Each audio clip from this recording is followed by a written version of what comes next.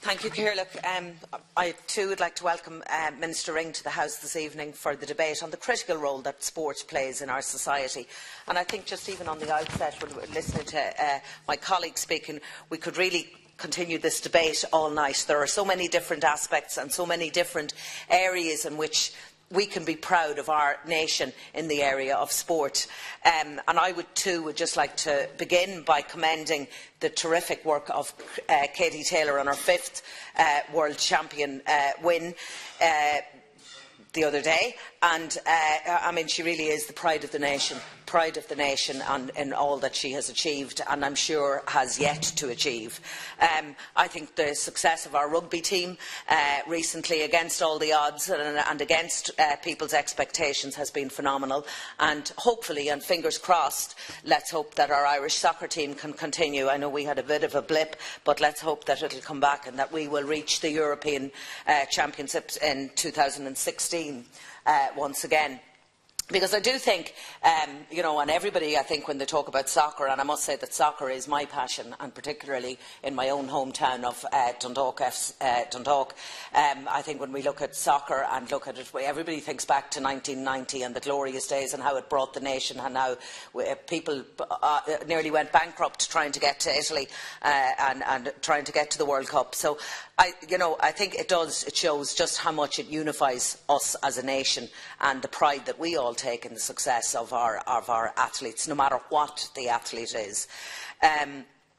But I must just say that, as I said, as a keen supporter of soccer and my own home team in particular, and in my regular meetings with local sports clubs representatives, I'm acutely aware of the significant impact that many clubs and organisations have had in the local communities. Local clubs are integral in the communities and are often a focal point for many people. They provide a tremendous social outlet, never mind the sporting outlet. I think they can provide a tremendous social outlet. I know that the Sports Capital Programme in my own area has provided considerable funding to local clubs, which in turn get reinvested into the community and provide a boost which reverberates across many groups of varying ages.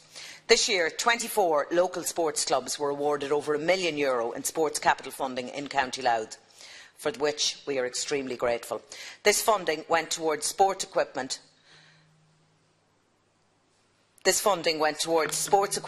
upgrades to club facilities and other necessary improvements.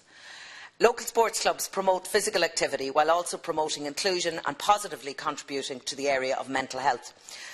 And this is another area that I think maybe we should touch on. I recently met with representatives from Colmcilles, a GAA club just outside Drogheda, to discuss their mental health initiative called How Are You Feeling Today?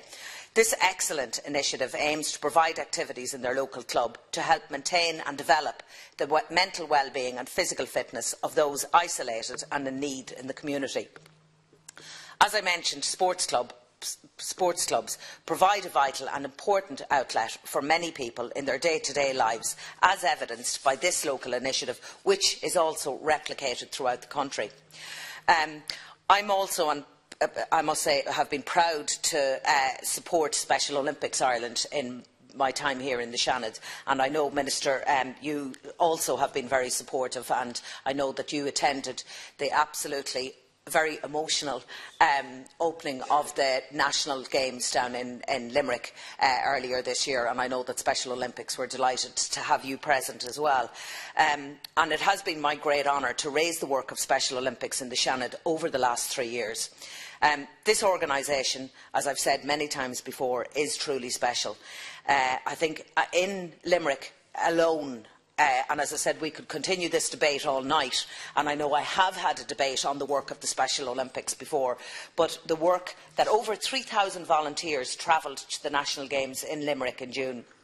And I think that that alone is a testament to the athletes and the organisation. The thousands of hours each year that volunteers provide to run this organisation is incredible. Without volunteers, events such as the very successful National Games this past summer would not have been possible. And if I could perhaps just even expand on that and kind of say that I know that these events are organised throughout the whole year. The next one being the Polar Plunge, which takes part every year in the 40-foot, and of which I've participated for the last, this will be the 4th one. They're also taking place in different outlets throughout the country, and I would encourage my colleagues here to take the plunge and, as they say, get freezing for the reason to support Special Olympics. So just this evening I've sent you all an email on the details, and I would appreciate any support for the Special Olympics by your participation or spreading the word about it. I also had the great pleasure to work closely with Minister Howlin and Special Olympics earlier this year to see the new Special Olympics Ireland headquarters be located and will be relocated to the National Sports Campus in Abbottstown, alongside the FAI, Irish Sport Headquarters, Irish Institute of Sport and our finest sporting facilities. And I believe that this announcement represents a mark of equality in Irish sport overall. I have repeatedly called on my colleagues in government to view Special Olympics and the area of disability as a whole, not just as a HSE or a Department of Health or in the disability sector, but to see it as a cross-departmental focus. And I was delighted, as I said, that Minister Howlin allocated €5 million for the new headquarters, and that the many years of hard work by the Special Olympics organisation and those associated with have been recognised. I agree that we need to continue our support for our local sports clubs, our organisations into the future, and foster this invaluable resource into the communities. I know I've probably gone over my time, but if I could just finish by mentioning my club, Dundalk FC, who were the winners of the league and went into double figures, winning it for the 10th time this season after a very, very barren episode. We talk here about the value of sport and how it includes, and I would just like to conclude by a little story of somebody that's very close to me, who literally lives for Dundalk FC and every match. Can't read, but by God can tell you exactly when Dundalk are playing and which person is playing and what the team, and how he does it, I don't know. But this year, after Dundalk also won the EA Sports Cup final, at the end of it, one of the players, who wouldn't be much older than this chap himself, ran down from the podium with his winner's medal, the first medal that he had ever won, and ran down and put the medal around his neck and said, "That's for you, buddy, because you're with us all the way." And I must say that you talk about sport and you talk about sportsmanship and you talk about winning, and win, lose or draw, I will never, I'm even getting goose pimples thinking about it now, but I'll tell you, it was one of the proudest moments in my life that somebody would stop and think of the little people and think of the supporters that are around. So, you know, as I said, win, lose or draw, I think that's the real meaning of sport.